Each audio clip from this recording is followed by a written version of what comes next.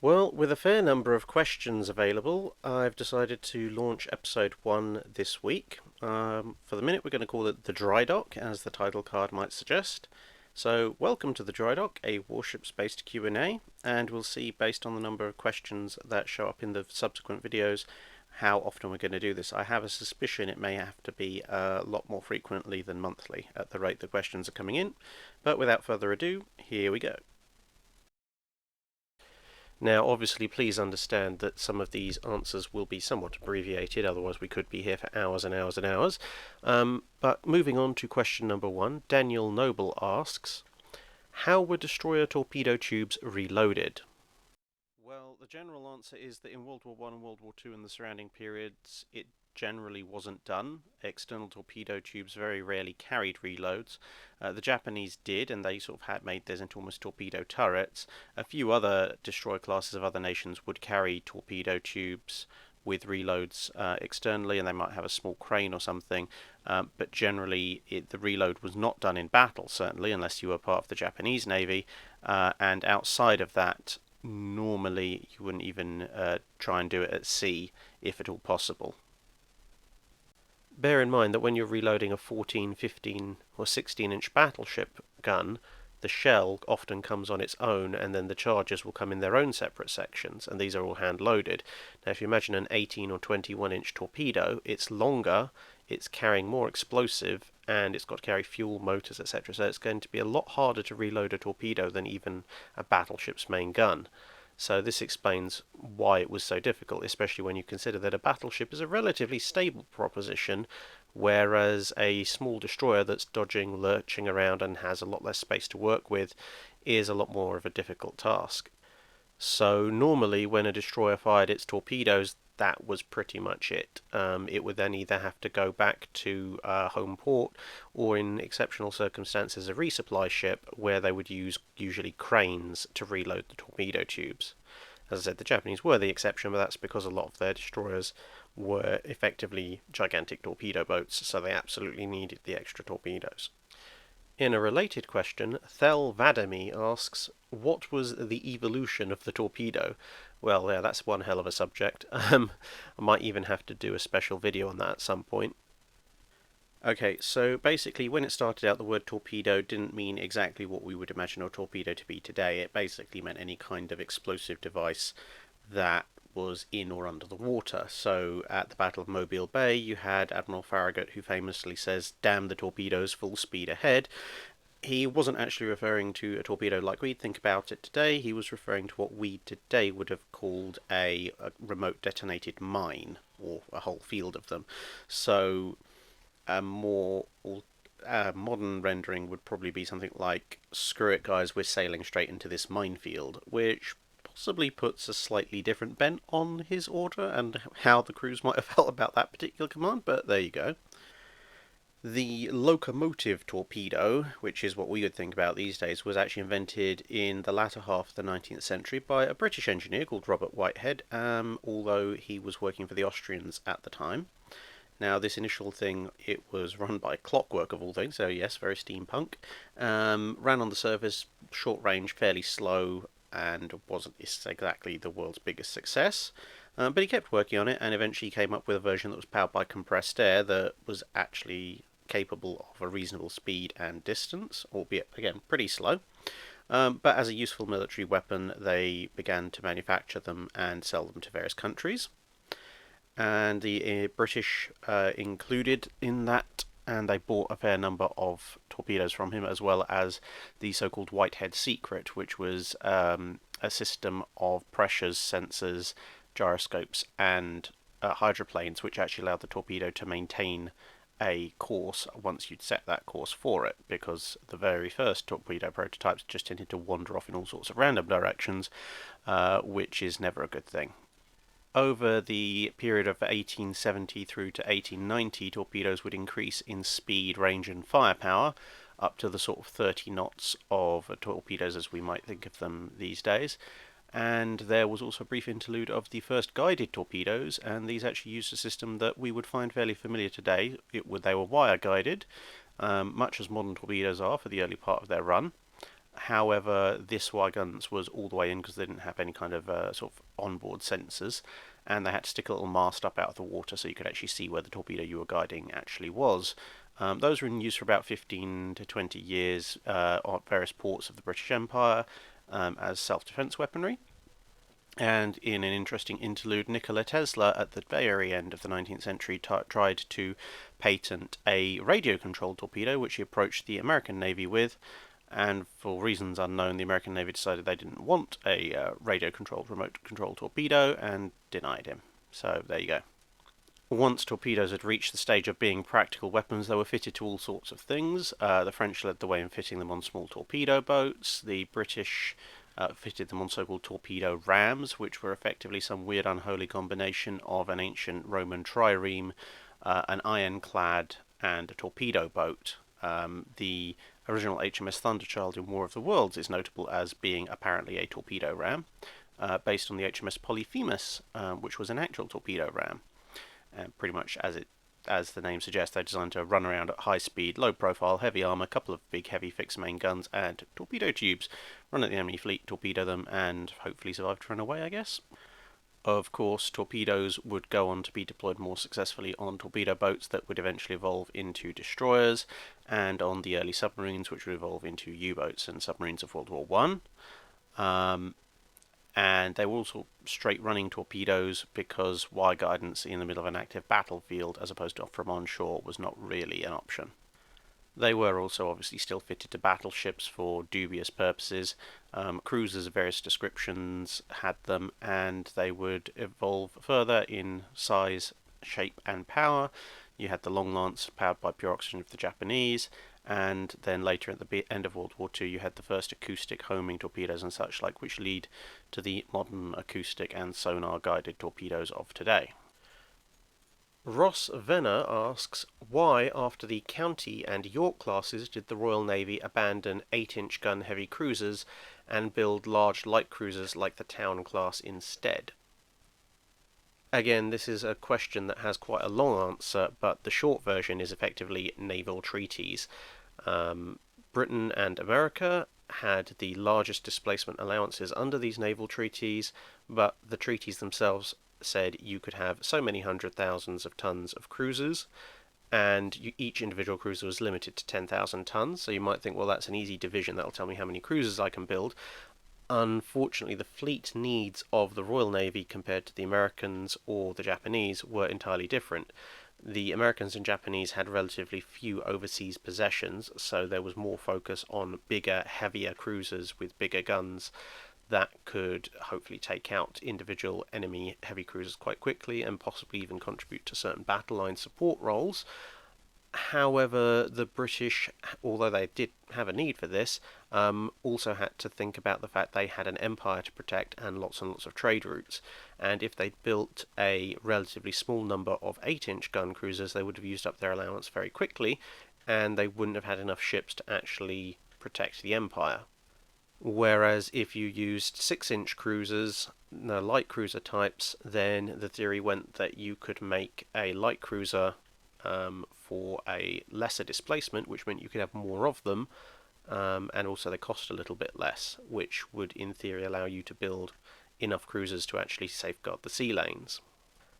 There was also the fact that both the Japanese and the early American heavy cruisers like the Pensacola's had basically as little, if not perhaps even less armour than 6-inch gun cruisers, so there was the fact that 6-inch shells could actually hurt heavy cruisers. So the theory then ran to, well, let's just have lots of 6-inch guns and we'll put down enemy heavy cruisers by sheer weight of fire, hence why you had things like the Town class with their 12 6-inch guns. And that was partly helped by the fact that 8-inch guns had a significantly longer reload time, because you could just about manhandle single-piece 6-inch ammunition. 8-inch ammunition was more of the loading exercise was more like a battleship gun's reloading procedures. At least until after World War II, when you had the Des Moines class. But honestly, the Town class were really supposed to be the answer to enemy heavy cruisers. If you look at the ships the British were actually trying to build for trade protection, they were trying to get as much in terms of hulls out of that displacement limit as they could. So you had first the Leander class with its 4 twin 6-inch guns designed mainly for protection of trade routes and convoys, and they even took that step further and took a gun turret off of that and made the Arethusa class with only 6 guns in 3 twin turrets, and those were your real sort of bargain basement trade protection cruisers, but you could get a lot more of them than you could get 8-inch cruisers. Of course, later on into the 1930s, people started to disregard the treaties somewhat, and you got designs for big cruiser killers. So you had the bigger American things like the New Orleans class, you had the Mogami, honestly not heavy cruisers from Japan, you had the Graf Spee, the Deutschland class, and then you had the things such as the B-65s, the Alaskas, the Kronstadts, etc., all in development. So by the beginning of World War II, the British were actually looking at a potential option for new heavy cruisers, although the most common one cited seems to have been one with multiple 9.2-inch guns, which would have been interesting to see. So, yeah, that's hopefully a brief précis of that question. Now, Chronogram asks, what exactly does the term battleship stand for? Does it only refer to the style of capital ships introduced with the French Dunkirk class, or is it more of a general term for large warships that use conventional weapons? So, believe it or not, this goes way, way back. This goes way back into the era of wooden warships, but even long before Nelson and that kind of period. So, effectively, in the sort of 16th century, you had your wooden warships of various sizes, some called frigates, some called cruisers, some called great ships. Basically, it was just a mess. Everyone called ships what they wanted, more often than not, just to make them sound better than the other person and the other nation. So one nation might call it their capital ships the great ships, others might call them sort of the mighty ships, and I'm sure someone somewhere out there was probably calling theirs the super duper unkillable I'm better than you ship. But that didn't really help if you actually didn't know what the hell these ships were, how they were armed, etc. Now, at the time, you also had a change in naval tactics. Ships at that period were actually relatively short compared to their width and tended to have guns on all sides and front and back, so they would sort of sail into close to the enemy and then start sailing in circles, basically firing off guns as they bore and hoping that by the time they came back round, the first lot of guns had reloaded. Now, ships started to become longer and larger, and as a result, proportionally, they could fit a lot fewer guns on the bow and stern and a lot more guns on the side. As well as becoming a lot less manoeuvrable. So you started to see ships sailing prow to stern in order to try and cover these weak points where they had fewer guns, and obviously you could shoot down the length of the ship, which is quite bad for them.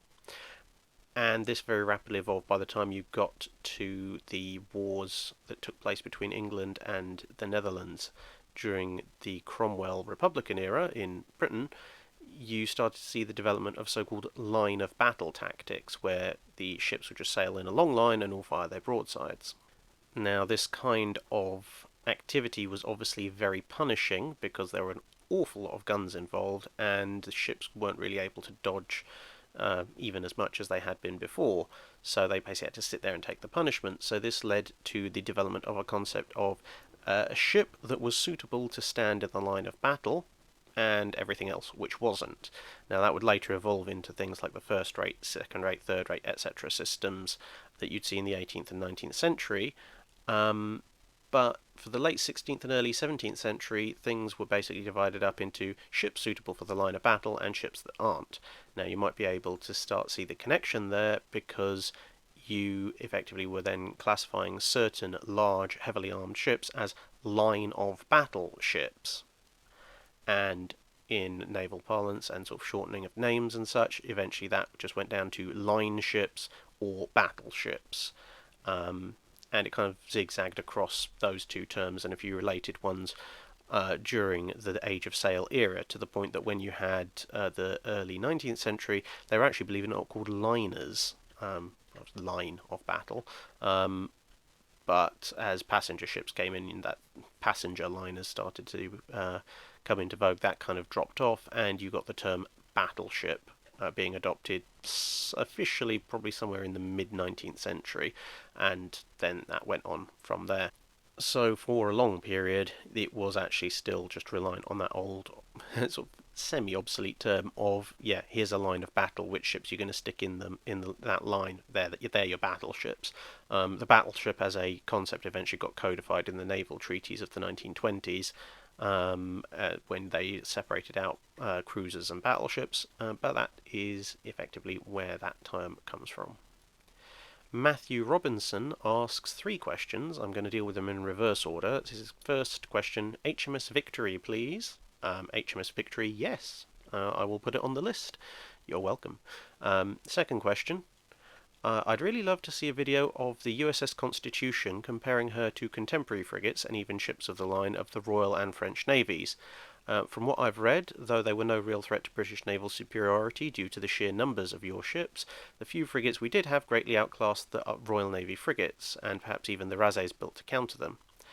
Well, yep, that is a very long and hotly contested subject, so yes, that will be its own video at some point.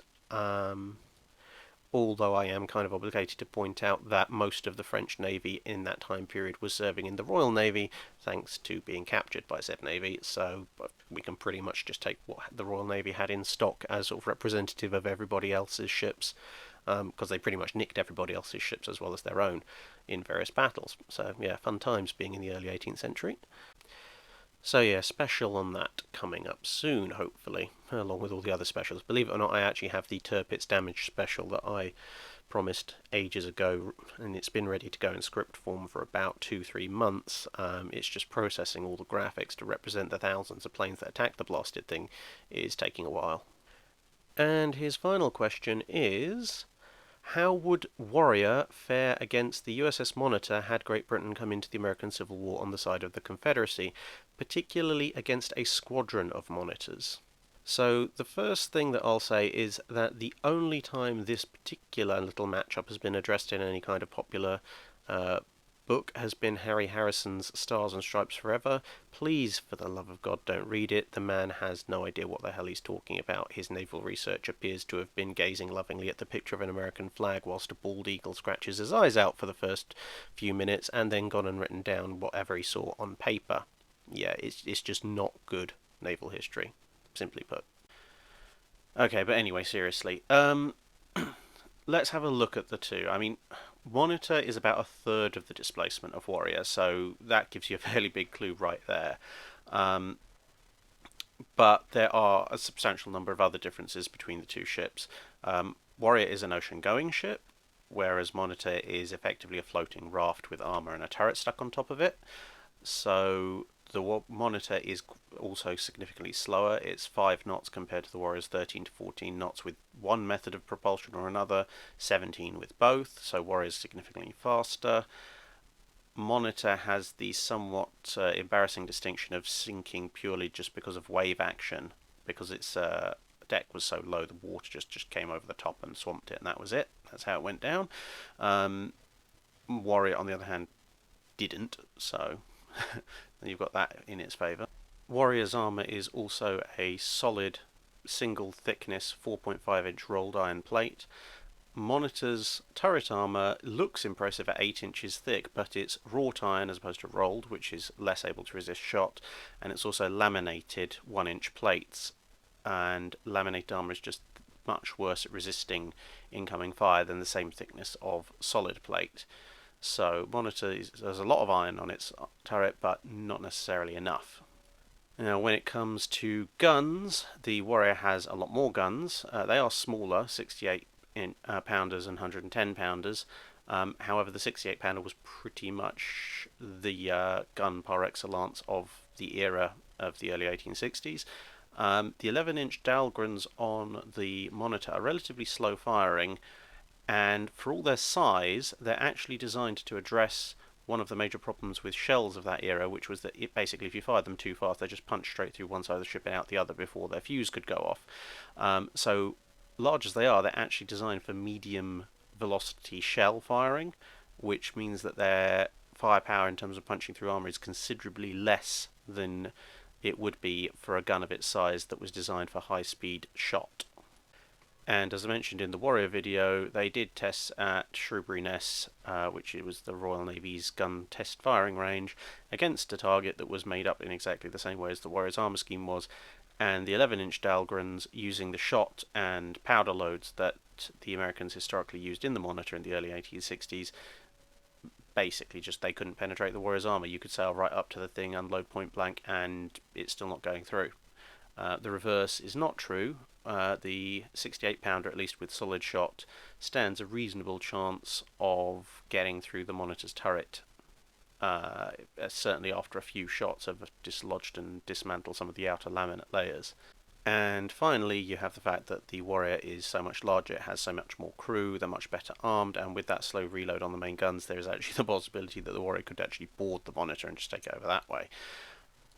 That's not to say that everything is stacked up against the Monitor. The Monitor has a much shallower draft, so it can go places that the Warrior cannot, and it also has the advantage of being such a tiny ship with such a low profile that there's some question as to whether or not you even hit the turret reliably, because that's pretty much the only target you can actually aim at.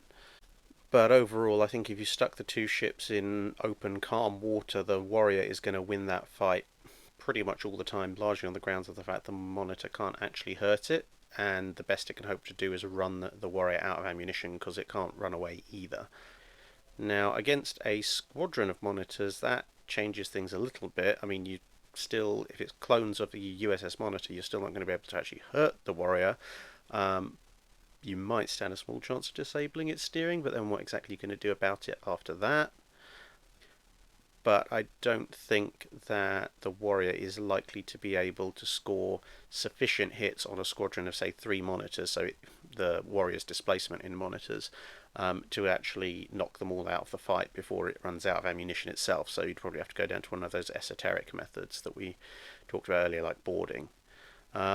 Some of the later US Monitors, that's a different story, because some of those obviously had multiple turrets, they had the 15-inch guns, and they later would use larger powder charges and steel shot. So that's possibly something else to think about for later. Daniel Holland asks, where is this question gone? Why do you still use the robot voice at the beginning and end of your videos? I can understand that it's easier to reuse the existing material, but now that you're narrating the videos yourself, why not just replace it with you saying what the robot says? Basically, it's just a little bit of a holdover. This channel, as most of you probably know, started out using entirely text-to-speech. We switched that over to natural voice when the viewership demanded it. But it's kind of like, it's a little bit of a nod to the origins of the channel. It's relatively short, hopefully relatively inoffensive, and it just gives everything a little bit of consistency front to back. So yeah, that's basically it. Hope no one minds too much. Now, someone called Sprit, I think, asks, can you tell us about the books and other resources you use for researching your videos? Yes, I can, at great length, but again, I will try and précis it for you, even though I haven't been too good at that in some of these questions. Books and other resources. So, books, I would say, for the vast majority, I rely on a series of books by 2 authors in particular. So that would be Norman Friedman, who is an American naval historian but has written extensively and with great authority on almost anything to do with naval warfare of the early 20th century. And the other one would be D.K. Brown. Sadly, he is no longer with us, but he wrote an extensive series of books covering the pre-Warrior period, Warrior to Dreadnought, Dreadnought through Grand Fleet, and then into World War II and beyond. And he was a naval architect. He got up to sort of, I think, the second highest rank you can get as a naval architect in the Royal Navy. He started his career just after World War II, so he had access to a vast amount of information that almost nobody else did in the Royal Navy archives.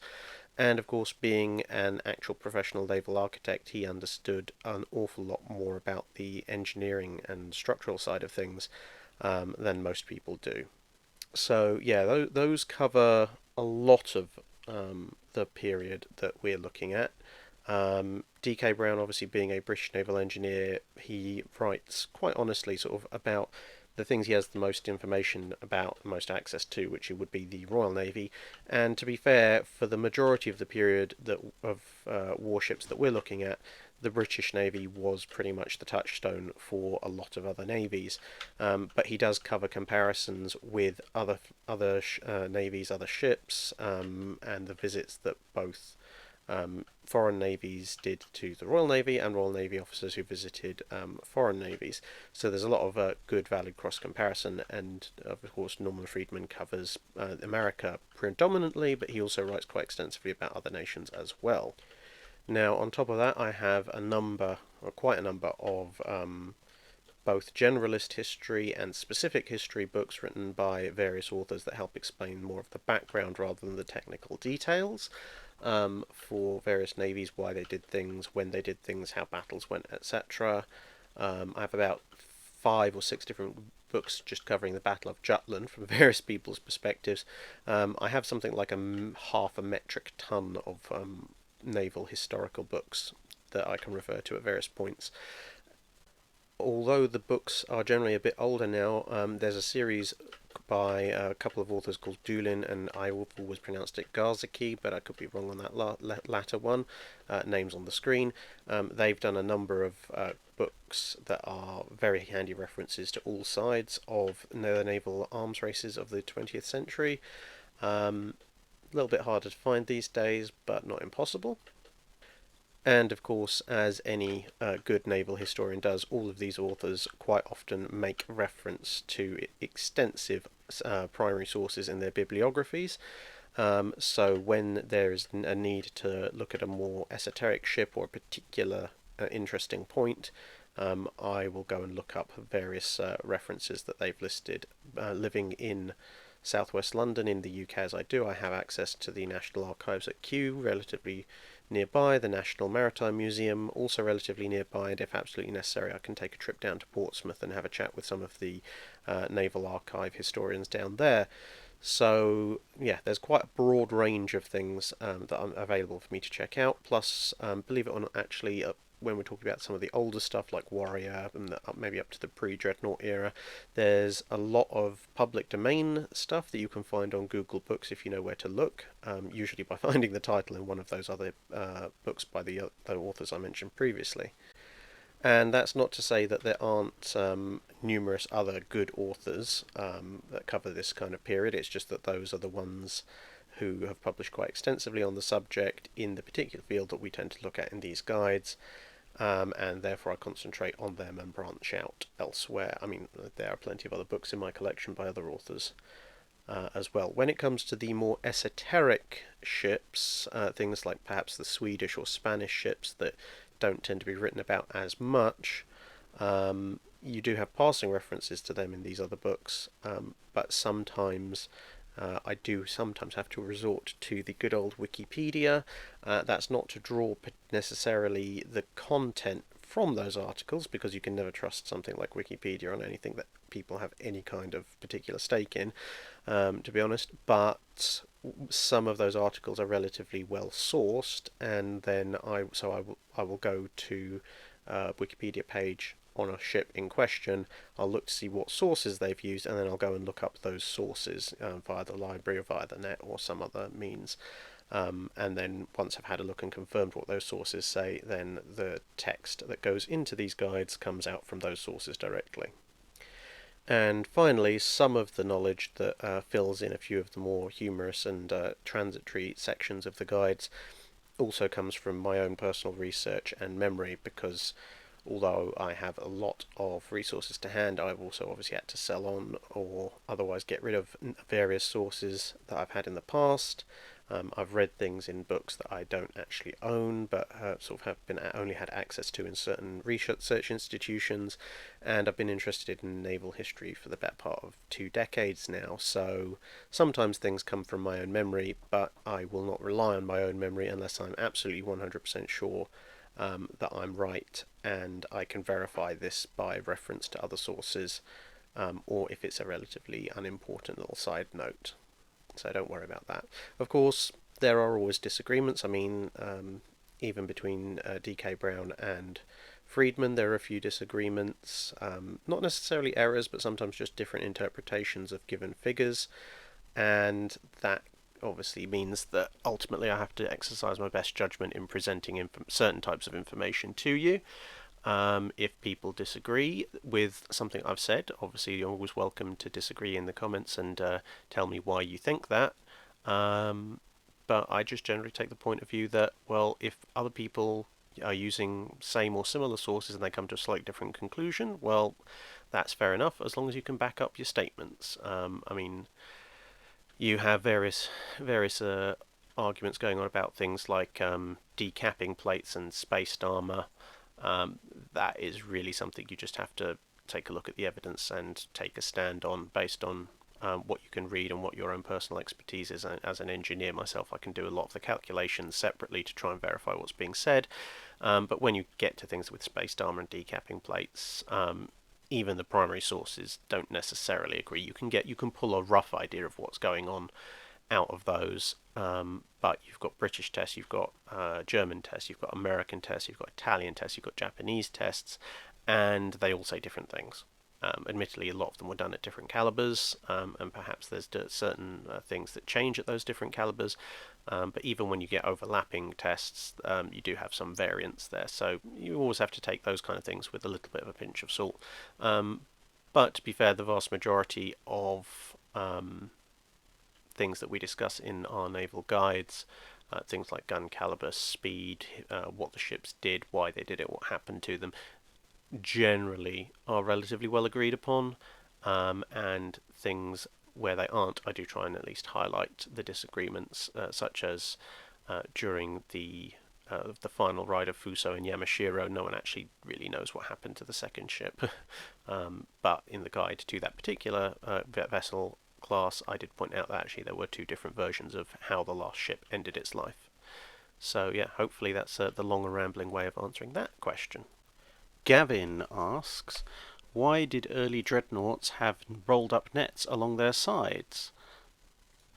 Well, these were actually anti-torpedo nets, because when the torpedo first came into being as a weapon that would be useful for sinking battleships, people thought, well, how do we stop these torpedoes coming through? So you had the proliferation of the secondary batteries on dreadnoughts, you had the development of torpedo boat destroyers, which obviously eventually themselves came on with torpedoes, so that went really well, didn't it?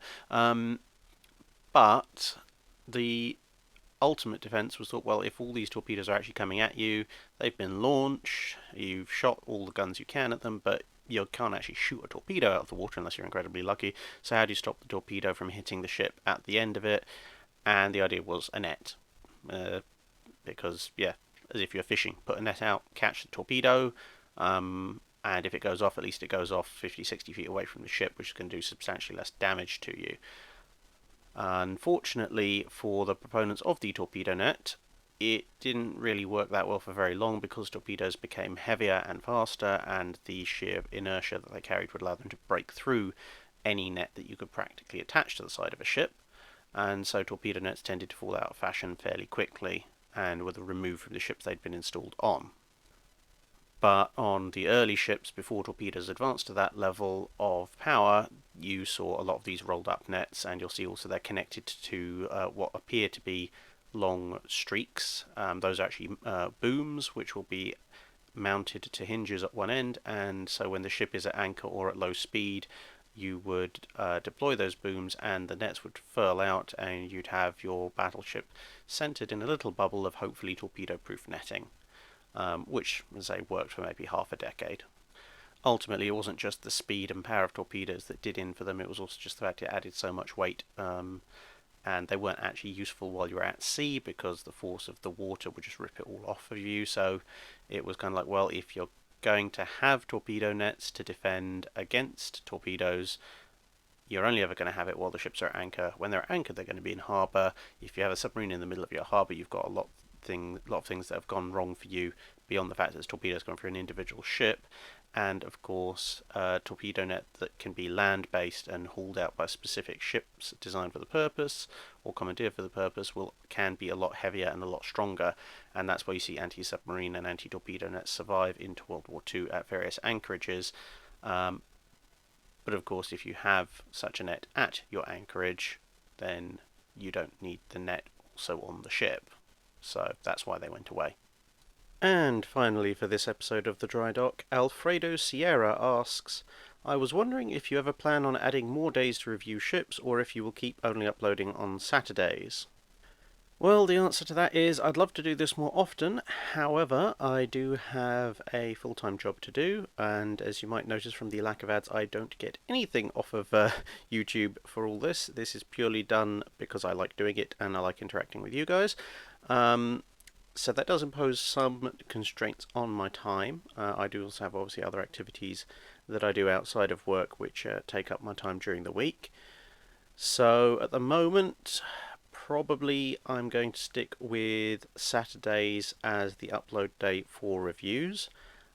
If I have other videos to upload, I might set them to upload during the week instead of just after the regular Saturday upload. Not sure how you guys feel about that. Let me know in the comments below if I've got specials and such, if you'd prefer me to upload them on a different day, or whether you just prefer to have them all come in on the Saturday.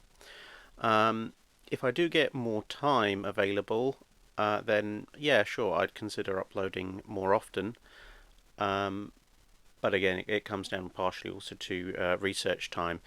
For the more common, more widely known ships, it would be very easy to churn out 2 or 3 videos a week, but when you run into one on the list that takes quite a bit of time to look up and research, then that probably would put a little bit of a brake on things, and you really kind of need most of a week to find the relevant information. So yeah, hopefully that answers that question. So that brings us to the end of episode 1 of the Drydock. I hope you guys like the format, trying to be a little bit more casual than in the formal videos, considering basically there isn't really a script other than the questions.